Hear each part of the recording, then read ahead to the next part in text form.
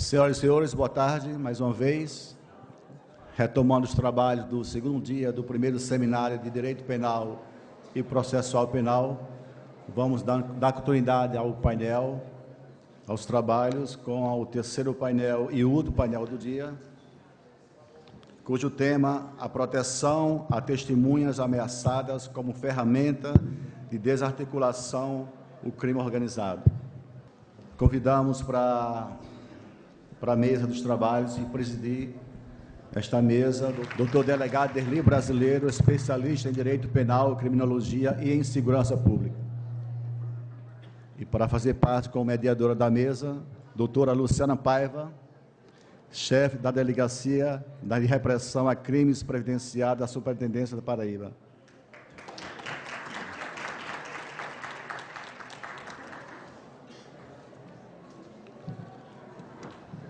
Para proferir a palestra, a proteção a testemunhas ameaçadas como ferramenta de desarticulação do crime organizado, convidamos a chefe da Delegacia de Defesa Institucional da Superintendência da Paraíba, ex-chefe do Serviço de Proteção ao Depoente Especial da Polícia Federal, doutora Carolina Patriota.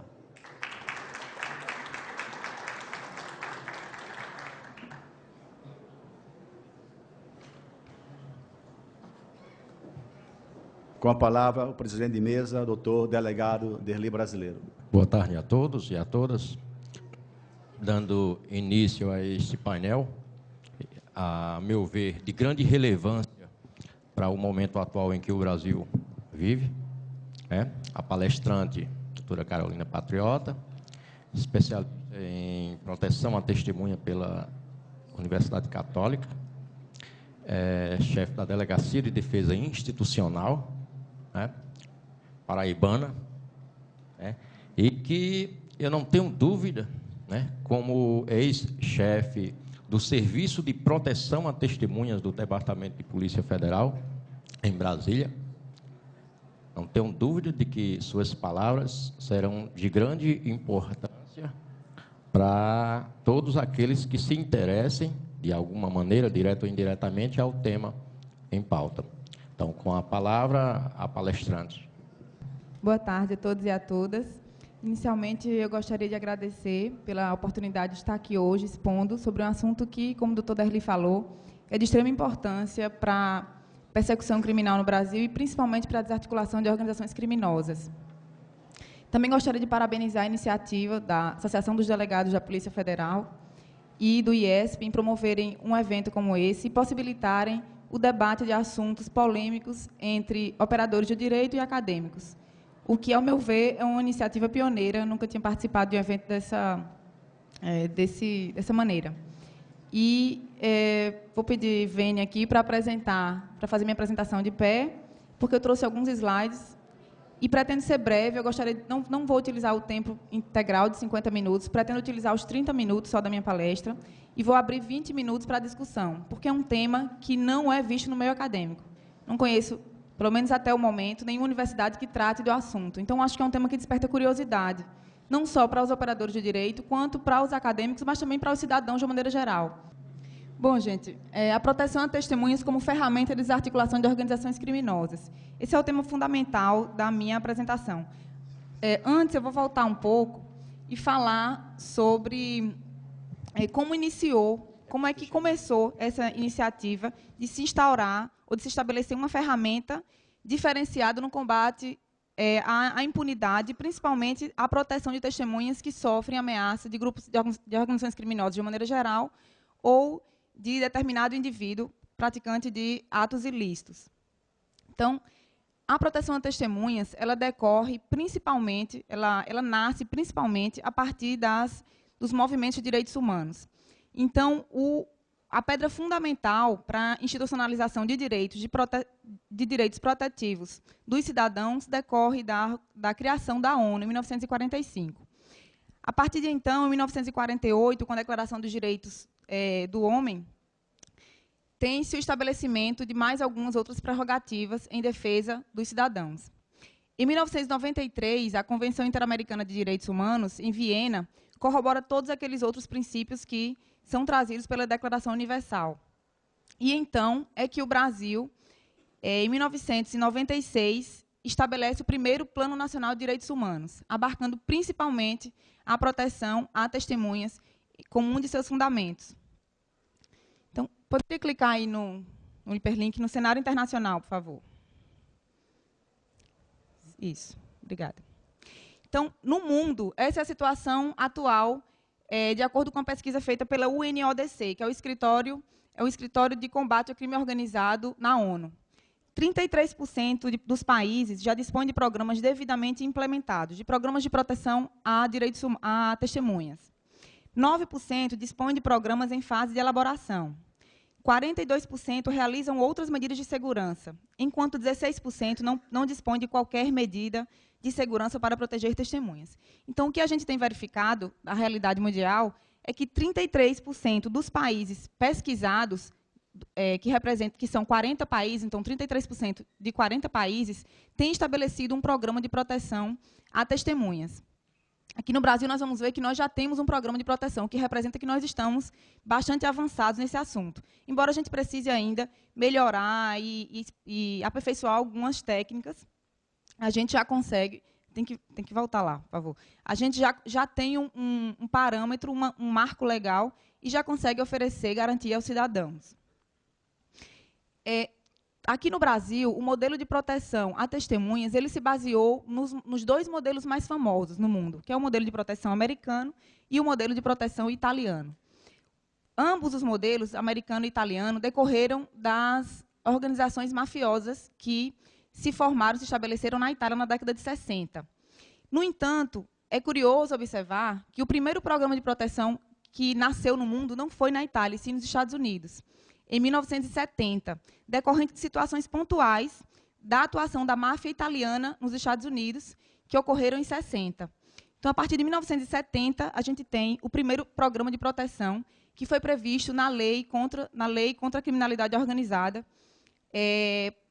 realizado pelos US Marshals, que são a polícia, uma parte da polícia americana. A polícia americana é muito fracionada. Não vai dar tempo de explicar isso agora. Mas uma parte da polícia executa todo o programa de proteção americano. Isso teve início em 1970.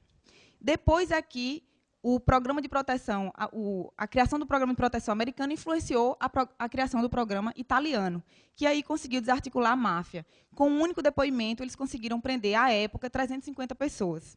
Então, o que prova que naquela época em que as intimidações eram muito mais fortes que hoje, porque a forma como o Estado rebatia ou respondia a esse tipo de ameaça era muito mais deficitária.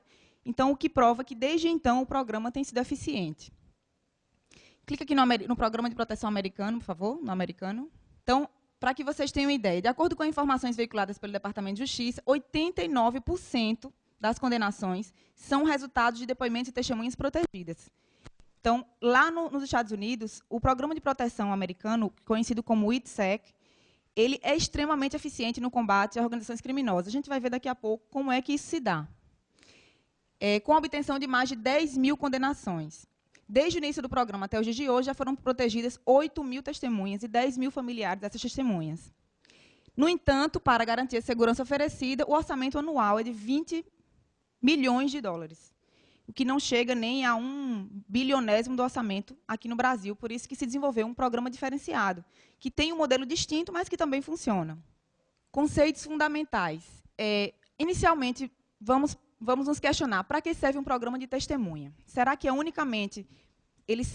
ele serve unicamente para proteger aquela testemunha que foi lá, delatou uma organização criminosa, ou falou que viu algum crime, e depois vai se resguardar com essa ferramenta estatal ou não? Na realidade, a proteção de testemunha, como eu falei no início da apresentação, é uma ferramenta indispensável para desorganizar o crime organizado, ou para desmantelar organizações criminosas. Por que isso? Porque, através da proteção de pessoas que têm informações fidedignas e, muitas vezes, impossíveis de se obter de outra maneira, conseguem, de uma maneira mais fácil, mais rápida e mais eficaz, propiciar ao Estado elementos para que se obtenha um conjunto probatório robusto. E aí, então, se consiga a condenação das pessoas que estão ali praticando os ilícitos. Para tanto, nós temos dois tipos de testemunhas. Nós temos a testemunha vítima, que é aquela que ou presencia o crime, ou ela também é vítima do crime. Então, por exemplo, a esposa de uma pessoa que foi assassinada, o filho, a mãe, o parente. Ou então a gente tem aquela que vinha passando na rua, que também está inserida na testemunha vítima, e presenciou o crime. E temos os réus colaboradores. Esses são aqueles que representam a maior importância nesse modelo de proteção, de desarticulação do crime organizado, nessa ferramenta. Por que isso? Porque eles detêm informações específicas e minuciosas da organização criminosa e da prática dos crimes, que muitas vezes o Estado, através de seus atores da persecução criminal, não conseguem obter sozinhos. Então, esse é realmente o grande colaborador nesse processo de desarticulação. E infrações penais envolvidas. Alguns países, eles determinam que tipo de infrações possibilitam o ingresso à testemunha no programa de proteção. Outros países, dizem, como o nosso, dizem que não. Qualquer crime que está sendo investigado e que haja uma testemunha ocular ou que tenha algum conhecimento daquele assunto, ela pode ser inserida num programa, independente de que crime. No entanto, os organismos supranacionais ou transnacionais, através da Convenção da ONU, da Convenção contra a Criminalidade Organizada Transnacional, determina que, pelo menos, determinados crimes sejam obrigatoriamente inseridos nessa ferramenta de proteção. Quais seriam esses crimes? Lavagem de dinheiro, corrupção de atores do Estado, tráfico de imigrantes, tráfico de armas, tráfico de drogas. Então, uma série de crimes que muitas vezes, o depoimento dessa testemunha é essencial e é chave para a elucidação do delito. Aqui no Brasil, qualquer crime que a testemunha tenha presenciado pode ser objeto de inclusão no programa. Então, nós temos algumas especificidades. O sistema de proteção a pessoas ameaçadas no Brasil. Sendo o sistema, ele não funciona sozinho. Ele tem uma série de programas que têm que funcionar de maneira coordenada. Se um programa é deficiente, o outro tem que auxiliar. Por isso que nós temos ali um sistema. E aí nós temos algumas especificidades. A maior parte dos países trabalha com a proteção de testemunhas realizada exclusivamente pelos atores, pelos funcionários do Estado. Então, normalmente pela polícia, que é quem detém armas e que é quem tem a força para impedir alguma agressão contra o cidadão. Aqui no Brasil, de maneira excepcional, nós somos o único programa no mundo que trabalhamos assim. A coisa se deu de outra forma. Em razão do período ditatorial, que é muito recente, na realidade, a proteção à testemunha teve início a partir de organizações não governamentais, que desenvolveram métodos e apresentaram ao governo um modelo já pronto que foi adotado e implementado. Então, quem realiza a proteção, de maneira geral, são civis, da sociedade civil. São organizações não governamentais que realizam acordos de cooperação técnica com determinado Estado e, a partir de então, passam a realizar essa proteção. E aí já me disseram, então não é eficaz. Como é que um cidadão realiza a proteção de outro cidadão? A gente vai ver daqui a pouco como é que funciona. No entanto, a polícia também atua nesse sistema. A gente vai ver ali agora como é que isso acontece. Muito se questiona se esse programa de proteção brasileiro ele é uma atividade de segurança pública, em razão do que eu falei agora, ou se ele é um programa de direitos humanos. Tem muita discussão, tem muito debate sobre isso. A conclusão que a maioria dos estudiosos chega é que ele é um programa de direitos humanos e não uma atividade de segurança pública, porque ele visa principalmente e primordialmente a segurança, a integridade física e psicológica da testemunha, do cidadão, e, posteriormente, a elucidação do crime. Os outros programas fazem o oposto. Eles querem primeiro elucidar o crime e resolver o ilícito, e depois eles se preocupam com a integridade física do cidadão como um todo. Eles só aceitam aqueles que conseguem, por exemplo, trazer informações acerca de infratores que participam ativamente da organização. Então, há essa diversidade. Então, nós temos o Sistema Nacional de Proteção a Pessoas Ameaçadas na Secretaria Especial de Direitos Humanos, vinculada à Presidência da República. Dentro desse sistema, nós temos 3 programas. Tem um 4º programa ali que foi criado em 2010, vou falar sobre ele também, mas nós temos 3 programas. O primeiro programa, que foi criado em 1996, foi criado a partir de uma organização não governamental chamada GAJOP, que atua no estado de Pernambuco. Então, essa organização desenvolveu um modelo apresentou ao Ministério Público, que comprou a ideia e aí fez estabeleceu um acordo de cooperação técnica com o Estado e depois isso foi ampliado para o âmbito federal.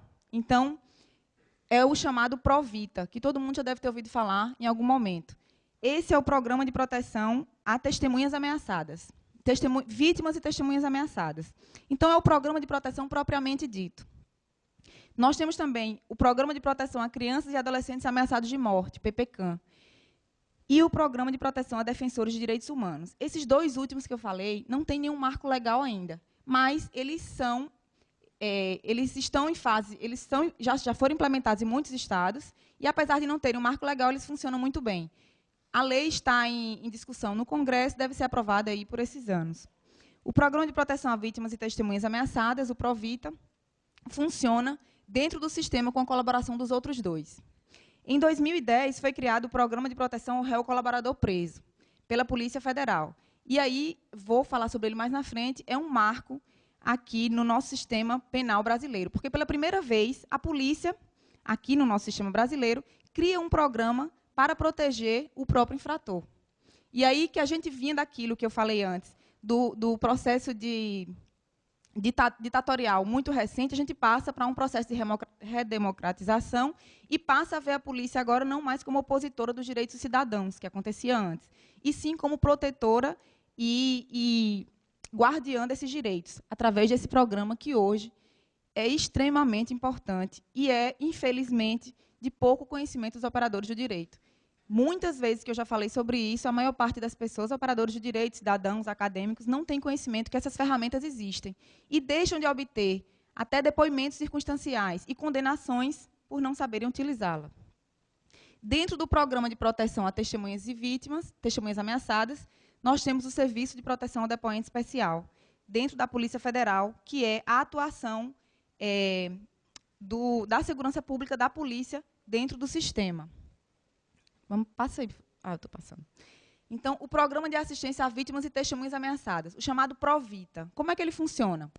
Origem e desenvolvimento. Ele se iniciou através do GAJOP, como eu falei, uma iniciativa da sociedade civil, que se viu acuada porque não tinha mecanismos para proteger testemunhas ou vítimas de crimes, e se desenvolveu no país através de acordos técnicos estaduais e, posteriormente, um acordo federal que criou o Programa Federal. Estrutura. A maior parte dos estados, 19 estados da federação, já tem implementado o programa de proteção, o PROVITA. Então, 8 estados não têm, entre eles a Paraíba. Muitos estados estão em fase de implementação. No entanto, não é tão fácil implementar um programa desse, porque demanda muito comprometimento do Estado em utilizar todas as suas ferramentas e instituições, porque não é só a polícia, não é só o Ministério Público, nem o Judiciário que tem que trabalhar nesse caso. Nós temos uma série de outras necessidades para atender quando incluímos uma pessoa num programa de proteção, que vai ser visto daqui a pouco. Quem são os beneficiários? Os beneficiários da proteção, no caso do Programa de Proteção a Testemunhas e Vítimas Ameaçadas. A admissão do programa será precedida de avaliação de gravidade da coação ou ameaça à integridade física ou psicológica, dificuldade de preveni-las ou reprimi-las pelos meios convencionais e sua importância para a produção da prova. Então, quem são os beneficiários? Não são, aqui nesse caso, os réus colaboradores, só as testemunhas vítimas, ou que presenciaram um crime, ou que presenciaram e foram vítimas, ou que foram só vítimas. E aí, nesse caso, não é unicamente presenciar um crime, mas ela tem o depoimento que ela vai prestar em juízo ou em sede de investigação criminal tem que ser relevante para a produção da prova. Não é qualquer depoimento que possibilita o ingresso de uma testemunha em um programa de proteção. Então, por exemplo, eu não poderia dizer assim, tem um monte de caça-níquel ali na rua, então eu quero ser protegido. Então, esse depoimento, possivelmente, caso a caso, vai ser analisado, mas esse depoimento, possivelmente, não possibilitaria uma admissão no programa de acordo com esse artigo 3º da lei. Passa aí. Eu esqueci. Testemunhas de homicídio. Isso aqui são as características gerais dos protegidos que têm se identificado até o momento. Testemunhas de homicídios com envolvimento de autoridades públicas ou policiais. Por essa razão é que o início do programa vem da sociedade civil, porque muitas vezes os próprios policiais eles eram encarregados ou eles estavam envolvidos nas ameaças, então não tinha como o Estado prover uma segurança se os próprios atores estatais eram os ameaçadores. Colaboradores da justiça que integraram organizações criminosas, esses são realmente As testemunhas colaboradoras em potencial são aquelas que mais interessam para o programa. Pessoas de parcos recursos financeiros, muitas vezes porque as pessoas que têm mais recursos financeiros preferem sair do país ou encontrar uma outra forma de se proteger. Pessoas de baixa escolaridade, normalmente oriundas das regiões Norte e Nordeste. Esse foi um perfil que se traçou, lógico, nem todas as pessoas entram nessas características, mas uma regra geral. Procedimento para ingresso.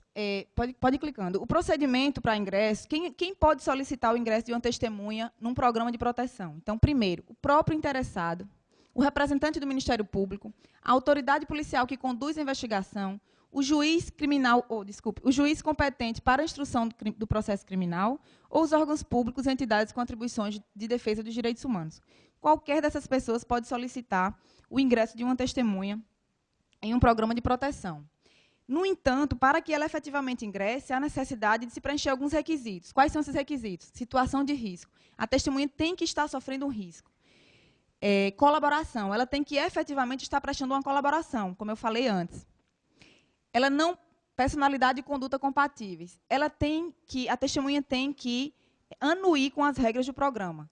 Então, o programa traz uma série de limitações. Então, é uma ferramenta que deve ser utilizada com moderação, porque muitas vezes é necessário se avaliar a situação para se verificar se aquela pessoa tem condições de cumprir os requisitos que aqui vai ser imposta e se a colaboração, a contribuição que ela vai prestar à investigação ao processo criminal é realmente tão relevante que tenha que lhe ser imposta essas limitações. Inexistência de limitações à liberdade, ou seja, ela tem que estar livre, tem que estar gozando totalmente da liberdade, exceto no caso do réu colaborador, que vai ser falado mais na frente. E ele tem, obviamente, que querer ingressar no programa. Não é uma prisão, não é obrigatório. Ele tem que querer ingressar. Volta aí, por favor. Medidas de proteção. Nós temos a medida de proteção de cunho pessoal e também temos a proteção da identidade, do anonimato. Na lei, há uma série de medidas que estão aqui elencadas. Essas medidas podem ser aplicadas isoladamente ou de uma maneira geral, que seria o programa propriamente dito. E, no final, que não é a linha 10 desse artigo, mas eu coloquei ali, porque é um outro artigo, eu não queria transcrevê-lo aqui, é a alteração do nome. Aqui no Brasil, a alteração do nome é medida extraordinária. Nos outros países, é medida essencial, ou seja, assim que a testemunha ingressa num programa americano ou italiano, a primeira medida que é adotada é exatamente a alteração do nome. Aqui no Brasil, só há um caso de alteração de nome. E, mesmo assim, é uma situação extremamente complexa. Se analisa, principalmente aqui no Brasil, as seguintes situações. O programa de proteção a testemunhas é um programa de cunho humanístico. Então, é um programa de defesa de direitos humanos. Se imagina que, se a pessoa vai mudar o nome, ela vai perder os vínculos afetivos e sociais que ela tinha antes, e etc. Então, se acredita que não é uma medida que deva ser adotada de imediato. Outra coisa, para que haja mudança de nome, se entende que o nome da pessoa tenha que ser muito comum. Por exemplo, tenha que ser muito diferente. Por exemplo, Astrogildo, Magnogildo, alguma coisa assim. Um nome que ninguém tenha e que aquela pessoa exatamente possa ser identificada por aquele nome. Normalmente, as pessoas que entram, como eu falei, têm os nomes mais comuns, João da Silva, Maria da Silva. Então, é uma coisa que não demanda uma alteração muito... Não é uma medida muito necessária. E, por fim, a gente tem um grande problema que talvez esse seja o mais difícil de resolver. Nós não temos a comunicação com a alteração de nome dos registros trabalhistas e previdenciários. O que é que isso quer dizer? Que uma pessoa, se resolve mudar de nome entrando num programa de proteção, ela vai perder todo o tempo que ela trabalhou e toda a contribuição previdenciária que ela teve, né? Então, aqui no Brasil se entende que não deve, nesse caso aqui, utilizar essa ferramenta. O sigilo é medida essencial, lógico, para a existência do programa. Mas, quando eu falo em sigilo aqui, eu quero principalmente me referir aos próprios protegidos. São eles que não conseguem resguardar o sigilo, porque todos nós somos seres humanos, a gente tem necessidade de interagir com outras pessoas e contar a nossa história. Então, é muito comum que a testemunha vá para outro local, encontre outras pessoas e, infelizmente, fale que é protegida, que está depondo em tal procedimento, que denunciou Fernandinho Beiramar e etc. Então, a partir desse momento, ela passa a não ser